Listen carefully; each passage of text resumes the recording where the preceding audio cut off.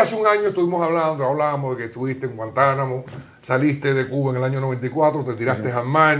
Es una buena memoria. Caíste en, sí, Muchacho, son los piles de Amis. muchacho, caíste en Guantánamo. En Guantánamo tenías la picazón esa de hacer reír a la gente que estaba ahí, porque cuando cayó Guantánamo estaba lleno de haitianos, ¿no? Pero bueno, llegaron los cubanos que no pudieron llegar aquí a las costas de la Florida. Y hiciste algo que se llamaba zapatazo. Correcto, sí. ¿No? ¿Te acuerdas de eso? Sí, sí. Zapatazo, no? que era como especie de una imitación de Sabadazo, correcto, sí. El Sabadazo, pues sí, el Sabadazo fue 93, 94 y 95. Ahí mismo, claro. Y ahí tú en algún momento, que no te lo pregunté aquella vez, ¿tuviste temor de verdad de que no pisar tierra americana? O sea, en Guantánamo estás pisando tierra americana, ok, yo lo sé.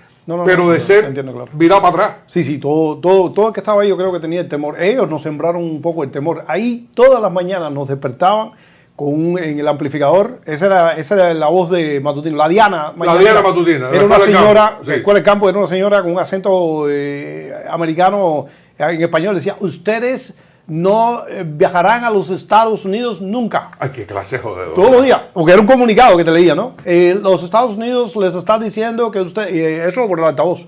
Eso todo el mundo decía, pero la vieja esta, bueno, suponiendo nosotros que era una vieja, ¿no? Ya le teníamos un odio a la señora. Tenía que haber sido una vieja. Sí, decía. Tenía que haber sido una vieja, no. Decía, esta vieja, bueno, amargada ahí, ¿por qué nos hacen esto todos los días, no? Claro, empezó a ir la comunidad americana, cubana de aquí a ayudarnos, a llevarnos comida, ropa, etcétera, etcétera. Y entonces decían, no hagan caso a eso. Ustedes tranquilos, vaya, nos daban un aliento. Claro. Pero fue muy duro. La primera que tú escuchaste eso, tú dices, esto no, vamos para Cuba. ¿Y no te fuiste, Tony? ¿Te quedaste ahí? Sí, yo me quedé ahí. Bueno, ahí nadie se podía ir. Mi papá se fue, yo no sé de qué manera. ¿Regresó para Cuba? Sí. Bueno, porque tú podías irte nadando, porque tú has visto en el mapa lo que es la base naval de Guantánamo. Hombre, claro. Entonces, la costa está aquí a unos pies, no sé, 200 pies, 200 metros.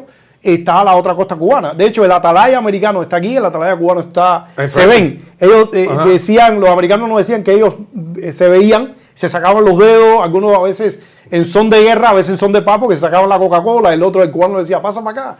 Pero eso era muy peligroso porque la zona más minada, cuando tú entrabas a la base naval de Guantánamo... Eso está ahí, no minas. Lo primero que te encontrabas en el lobby era un mapa de la base naval de Guantánamo. Y había unos punticos rojos, pero cientos de punticos.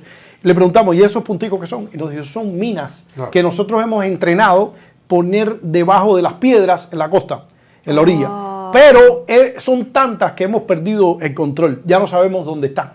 Entonces, muchos en la madrugada, eso era muy triste porque tú escuchabas en la madrugada, ¡buf! Ay, no. Y ellos decían, eso es alguien tratando de cruzar que pisó una mina. Decían, Dios mío. Entonces, y muchos cubanos estaban desesperados porque nosotros no, yo era un muchacho, yo tenía 21 años en Guantánamo. Pero ahí había personas mayores que tenían los hijos en Cuba, solo con la mujer. Entonces, es la preocupación que ellos pensaron, se van de Cuba, están aquí en los Estados Unidos y empiezan a ayudar a la gente de Cuba. Yo no sé, nunca le pregunté a mi papá cómo se regresó, no sé. Debe haber sido así, porque nadie se repatrió, que yo sepa, por lo menos yo estuve un año. Si tu papá estuvo en Guantánamo y regresó a Cuba, 6 meses.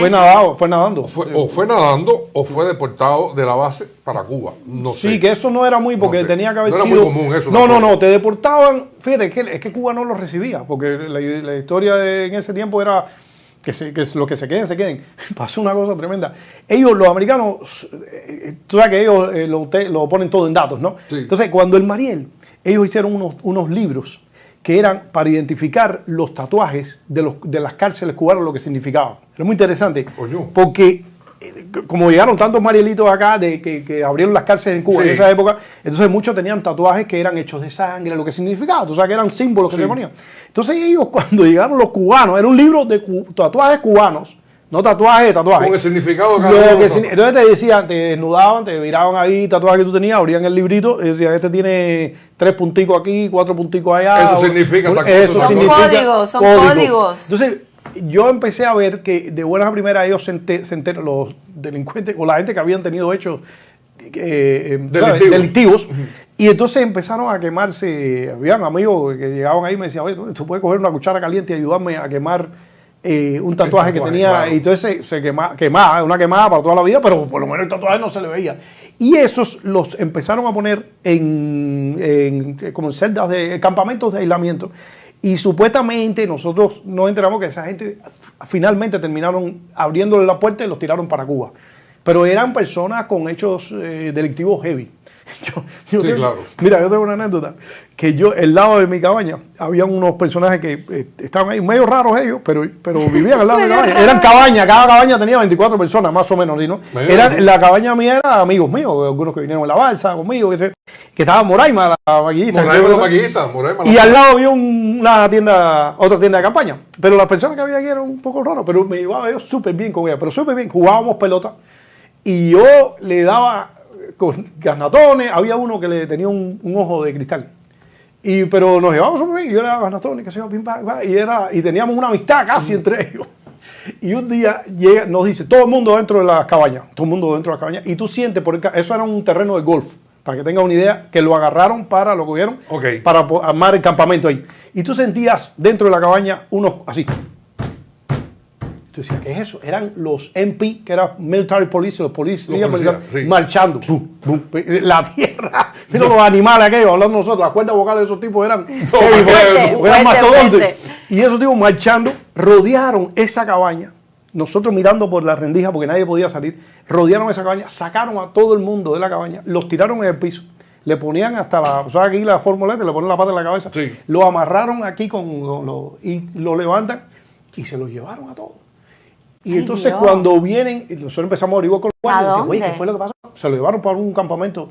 Nos dicen, esos personajes, fulano, mengano, todos tenían hecho de sangre en Cuba, habían matado 7 o 8 gente. Y estaban huyendo de Cuba. Y entre uno de ellos estaba el que yo le daba cocotazo. ¡No te puedo creer! ¿Y los cristal? ¡Ay, Tony! Y yo decía, y él se reía. Oye, Blanquito tomó una de las te